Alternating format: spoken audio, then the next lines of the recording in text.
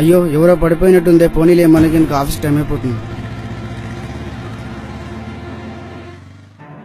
చూసావారా తాగి ఎలా పడిపోయాడు?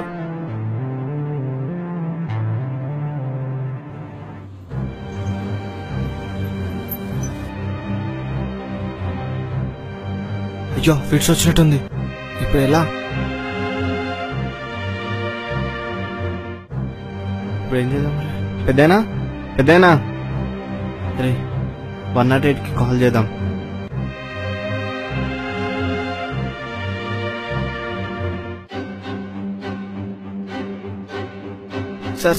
సార్ ఆపండి సార్ ఆపండి సార్. షట్, కనీస బాధ్యత కూడా ఎవరికి లేకుండా పోయింది. అమ్మయ్యా, టైంకి అంబులెన్స్ వస్తుంది. Stop stop stop stop stop stop stop. ఇందులో నా ఆఫీస్ అడ్రస్, నా ఫోన్ నెంబర్ ఉంది. ఏదైనా ప్రాబ్లం ఉంటే నన్ను కాంటాక్ట్ చేయి, ఓకేనా? హాస్పిటల్కి జాగ్రత్తగా తీసుకెళ్ళు.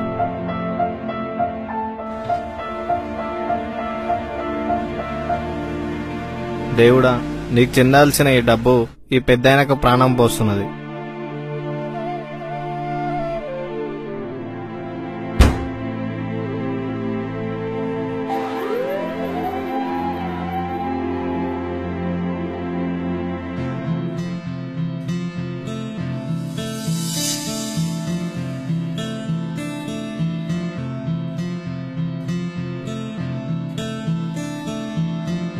Good morning.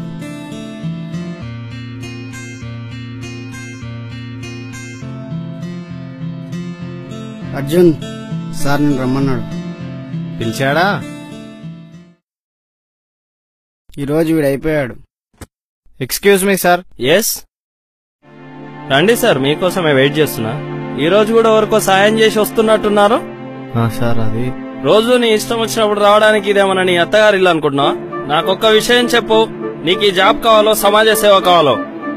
నీకు జాబే కావాలనుకుంటే ఎవరికి ఏమైనా టైంకు రా, లేదనుకుంటే ఈ జాబ్ మానేసేయి. మీరిచ్చే జీతం నా ఒక్కడ అవసరాన్ని తీరుస్తుంది. నేను ఎదుటివాడికి చేసే సహాయం నాకు తృప్తినిస్తుంది సార్. పక్కవాడికి ఏమైతే నాకెందుకు? మనం మంచుకుంటే చాలని నేను అనుకోలేను సార్. ఎందుకంటే నేను మనిషిని, మానవత్వం ఉన్న మనిషిని సార్. నేనేదో జంతువునై ఉంటే బహుశా మీ మాట వినేవానేమో సార్. తోటి వారికి సహాయం చేయడం కూడా తప్పు అనే మీలాంటి వాళ్ళ దగ్గర పనిచేయడం నాకే సిగ్గుచేటుగా ఉంది సార్. మీరొద్దు, మీ జాబ్ వద్దు సార్. ఒక్కటి మాత్రం గుర్తుపెట్టుకోండి, మనం మనుషులం సార్, కానీ మనుషులాగా బతకడం లేదు. ఇక మనకు తిరిగే లేదు.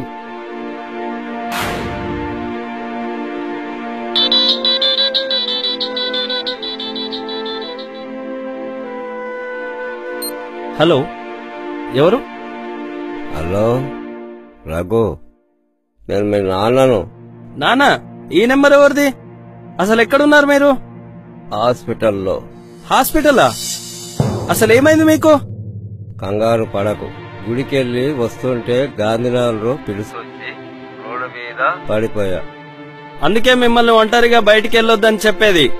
ఏమీ జరగలేదు లేరా? సరే వస్తున్నాను, ఉండండి. ఎవరో అబ్బాయి నన్ను అంబులెన్స్ లో హాస్పిటల్ కి పంపాడంట. డాక్టర్ చెప్పారు, వాళ్లకు తన విజిటింగ్ కార్డు ఇచ్చాడంట. అందులో మన ఆఫీస్ అడ్రస్ ఉంది. ముందు అతడెవరో తెలుసుకో.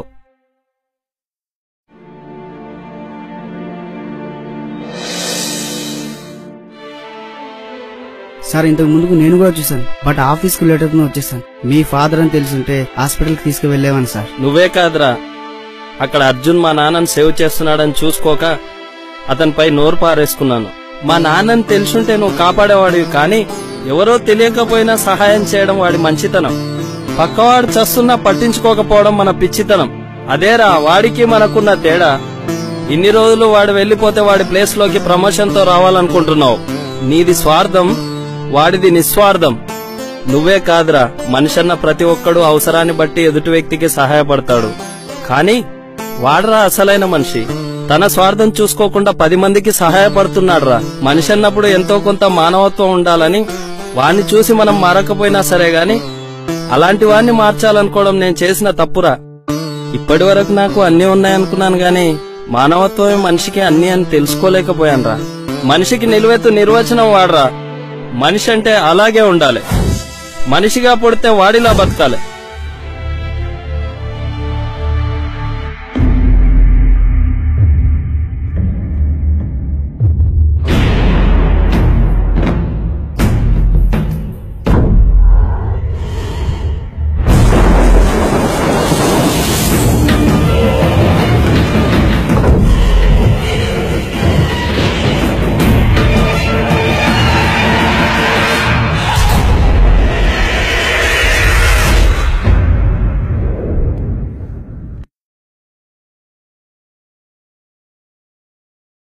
ఈ రోజుల్లో సమయానికి ఇచ్చే విలువ తోటివాడికి సహాయం చేయడానికి ఇవ్వడం లేదు.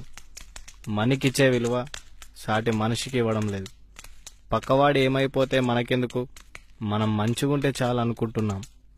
అంటే మన స్వార్థం ఎంత దిగజారిపోయిందో అర్థం చేసుకోవచ్చు. మనం మనుషులుగా పుట్టామే గాని మనుషుల్లాగా బ్రతకడం లేదనడానికి నిలువెత్తు నిదర్శనం ఈ చిత్రం.